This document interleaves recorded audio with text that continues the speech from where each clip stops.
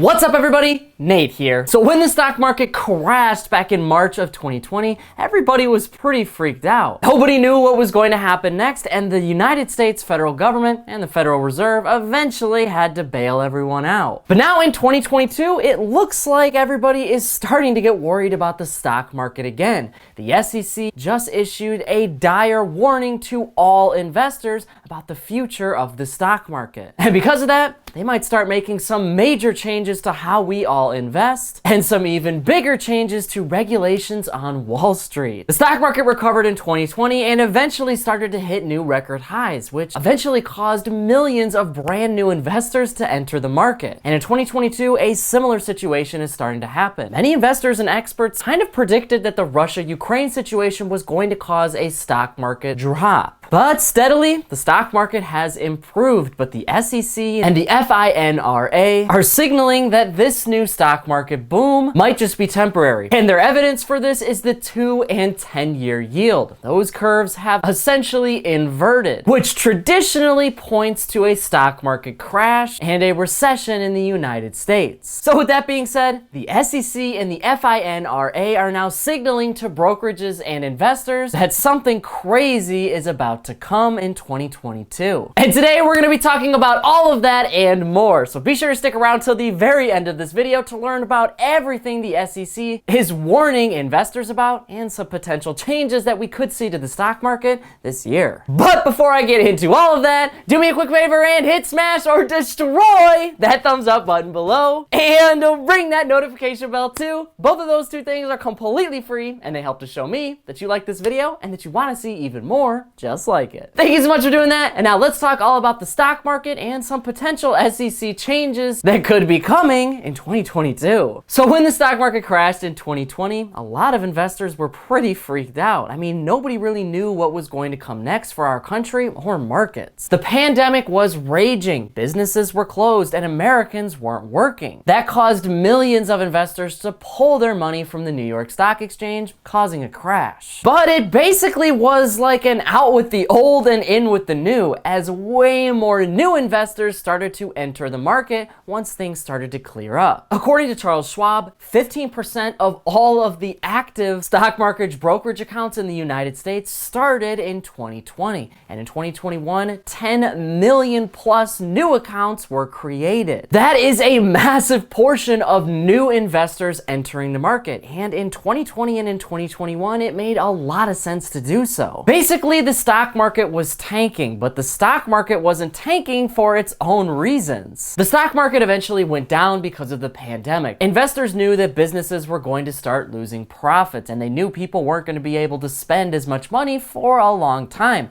They wanted to pull their money out as soon as they could when things were at the top because they knew everything was about to go down. And that is exactly what happened with our economy in general. Spending went down and the United States basically entered a recession. Now, it ended up being one of the shortest recessions in our country's history, but it was a recession nonetheless. So because it wasn't really the stock market or potential businesses' fault for this crash, unlike what we saw back in 2007 and 2008 with the last recession, investors could now pour their money into the New York Stock Exchange because fundamentally there was nothing wrong with the stock market and those businesses. And of course, they had a couple thousand extra dollars to play with because of the Federal Reserve and the United States government printing trillions of dollars in stimulus. Not only that, but interest rates were brought down to 0%, so margin traders could now buy way more on a loan and get in on the stock market very cheaply. So you had millions of investors buying in at the bottom of what the stock market was going to be, and then the stock market steadily started to rise because now so many investors were putting their money behind these stocks. Obviously, the stock market kind of had its ups and downs. We haven't actually seen a major crash like we did back in March of 2020, but by March of 2022, a similar situation started to happen. The stock market started to see its worst days since the crash of 2020, and a lot of investors predicted it was simply because of the Russia-Ukraine war. Energy prices were going up, and a lot of the materials that businesses use to create products were also going to go up in price. That's bad, and wars in general create a lot of uncertainty and fear in the stock market, so investors want to move their money around and start putting it in things that are going to make them money beyond just US dollars. As the stock market has bottomed though, a lot lot of investors have started entering the market, which has led kind of a small bull run in the stock market over the last few weeks. But this is exactly what the SEC and the FINRA are worried about. Because there are so many millions of brand new investors entering the market almost every single day, the SEC is worried that they are way in over their heads when it comes to investing. Over the last 2 years, there was so much free money and there were so many opportunities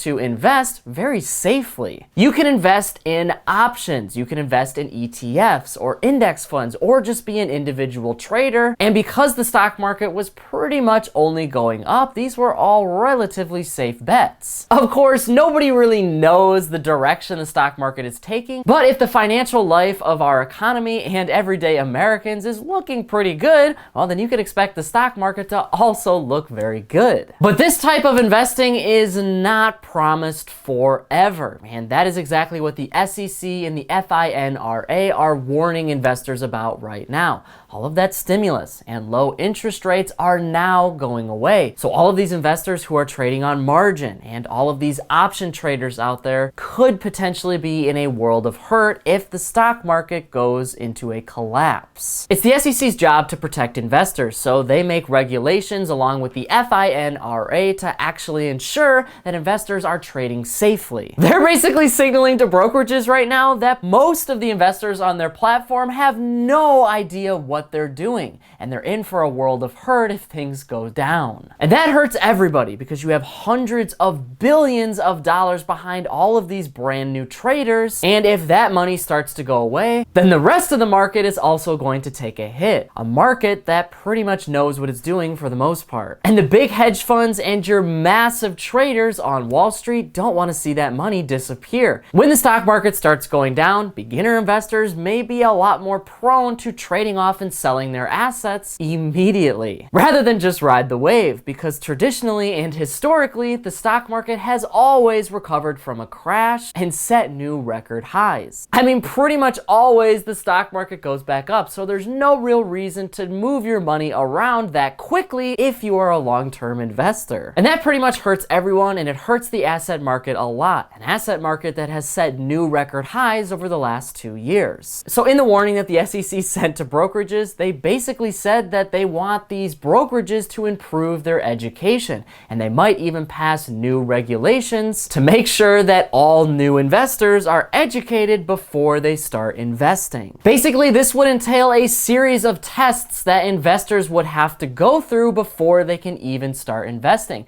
You would have to pass certain terminology, and you would have to pass that you know what you're doing on tests before you even put a single dollar into the New York Stock Exchange. If you fail the test, then you're going to have to take a full-blown course before you can start investing. And again, all of this is because the SEC and the FINRA are saying that options trading and ETFs and index funds and short-term trading in general is all way too complex for the basic everyday retail investor. Thomas Gorman, a former SEC attorney, had this to say about the SEC's worries. Some of these products are incredibly complex. You could have a PhD in economics and still not understand them. But the bigger question is, do you actually need a PhD in economics in order to invest in the stock market and begin building wealth? Well, this is really tricky because I do understand where the SEC is coming from when they talk about educating brokerages and investors before they start trading. They don't want millions of investors to think that the stock market is easy money and all of their bets have worked out so far in the past, so they might as well just start betting more. In the short term, the stock market is extremely volatile, even in really good times. So all of the investors who are pumping money into the stock market right now are in for a rude awakening when things go south. And they're not just looking at the individual retail investors here. They're looking at the brokerages as well. They want brokerages doing a lot better job educating retail investors about trading and the stock market. And of course, all of these different products that they might want to invest in. I mean, I've been doing a ton of stock market reviews over on Extra Guac. And actually, if you want to check those out, I'll leave a link in the description below for you. But you can literally sign up for these accounts in just a few minutes on pretty much any brokerage app in the country and start trading and buying assets. Very few of them have full education options for investors. You basically just have stocks stocks that you can buy. Of course, if you know what you're doing and you seek to educate yourself outside of these apps, then you're probably going to be okay. But for some investors who just want to download the apps and throw money into them, well, that might be a problem. So they want these brokerages to create full-on courses and classes that retail investors can take, so that way everyone is on the same page about what these products are and what real investing is. And they may end up passing some regulations in order to force brokerages and retail investors to do this. Why this is such a big issue right now is not because the SEC is worried about a stock market crash or all of this money disappearing. No, it's because of the sheer amount of brand new investors that have entered the market. We've never really seen this in the history of the stock market before. Of course, you're always going to have new investors, but because of all of the free money, investors were putting Uncle Sam's dollars into the stock market and not their own. For the investors that just did that, we don't have a problem, but many investors, especially the short-term traders, made a huge profit over the last 2 years, and now they want more. And the SEC is just worried about them not being financially educated enough in order to invest in the stock market.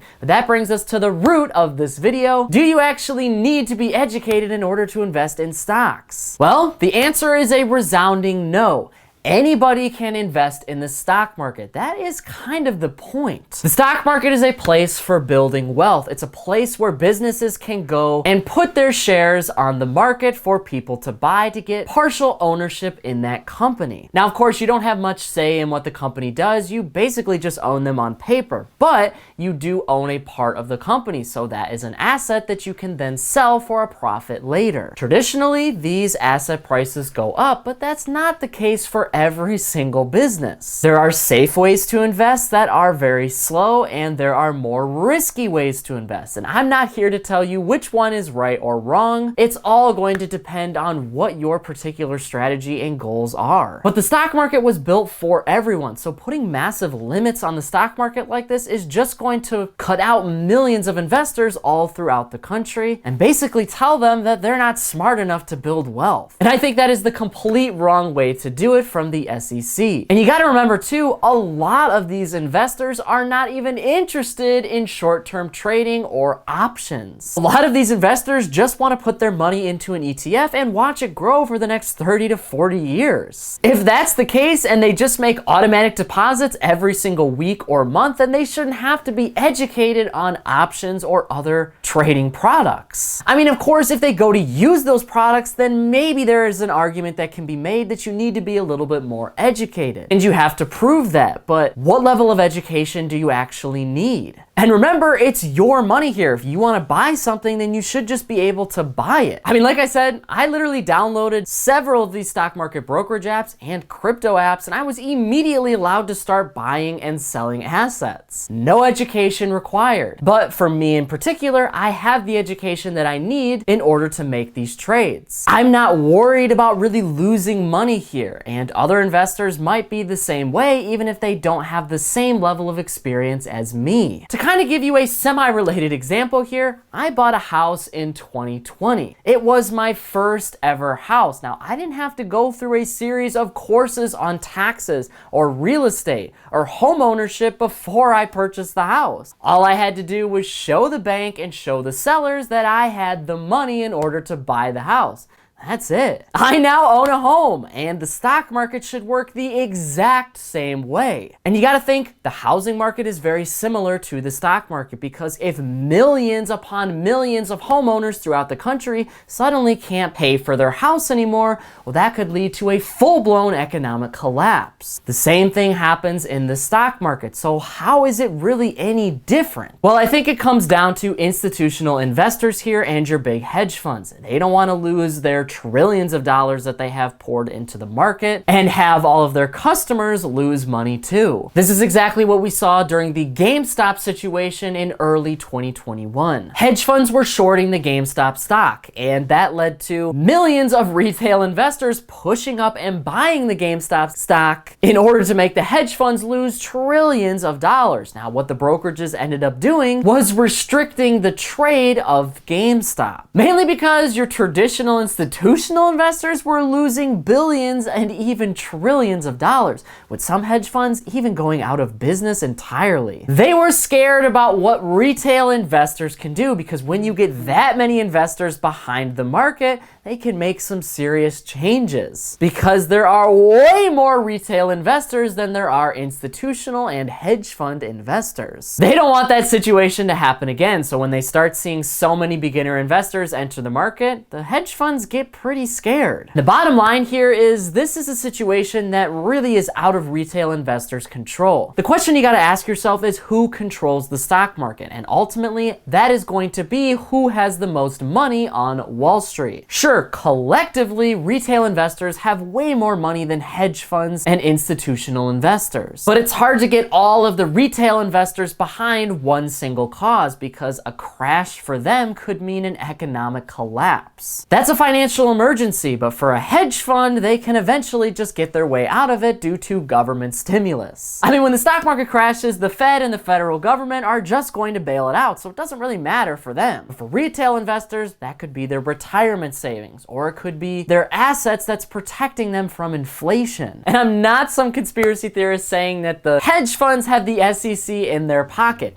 What I'm saying is the hedge funds and the institutional investors have a much bigger impact and influence over the direction of stock market regulation. That can obviously change over time, and we're starting to see that change in 2022. Brokerages have complete control over the customers and traders on their apps. There are so many different rules that these brokerages have to follow, and basically any money that you put onto the brokerage and any trades that you make are all subject to the brokerage's approval. So if they want to restrict your trading or they want to limit you doing certain things, they can absolutely do that. That's kind of the unfortunate thing about these apps. That's exactly what Robinhood did in 2021 with GameStop. So if these apps want to make you take a test before you can start trading on their app, well, then they can do that. They are free to do pretty much whatever they want within reason, just like you're free to go find a different app. And of course, I do want to mention kind of the bigger picture here. The SEC is worried about investors because they're worried about our economy. The 2-year and 10-year bond yield in the United States essentially just inverted. This traditionally signals that a new recession is coming in the United States. Now, it doesn't mean that a recession is coming soon. It could be even 2 years away. We are likely to see asset prices continue to go up during this time because investors are trying to push every single dollar they can out of the stock market. They want to push things back up to record highs so that way when the economy does potentially collapse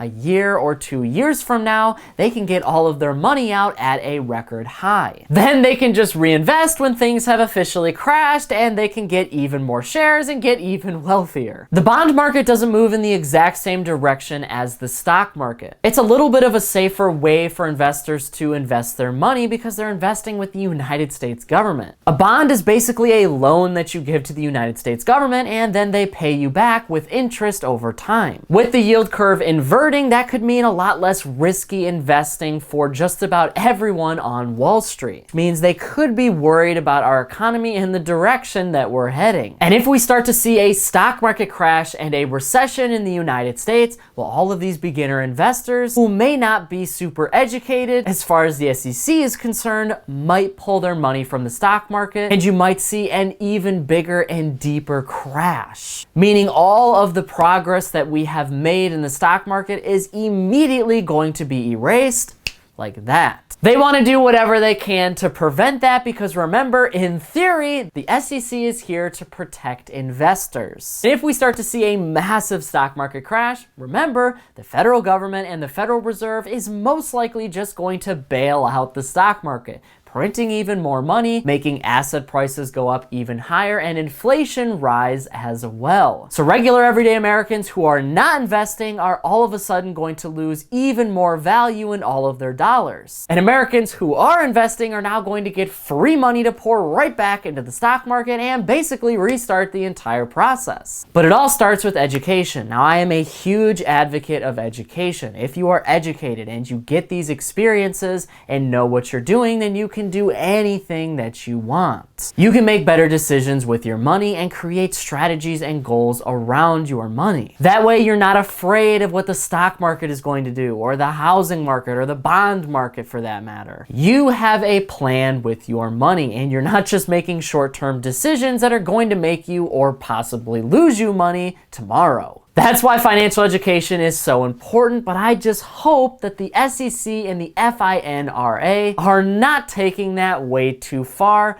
and start restricting investors. But now I want to hear from you on this issue. What do you think about the SEC's potential warning for brokerages and retail investors in 2022? Do you think that they're right about millions of investors being not educated enough to use the stock market, which ultimately could lead to a crash? Or do you think that the SEC needs to stay out of this? They need to just let the market be a free market so that anybody can start building wealth regardless of their education experiences. Whatever your thoughts are, leave a comment below before you go. But that is it for today's business and financial news breakdown. Thank you so much for watching. If you want to stay up to date with all of the top business and financial news from around the country, our team puts together a free daily newsletter, and you can subscribe to it by clicking the link in this corner right here. And if you want to stay up to date with me and everything else happening in the business and financial world, I'm putting out uploads 7 days a week over here on this channel, and I've actually got another one ready for you right here, so be sure to check that out before you go. That is it for me, everybody.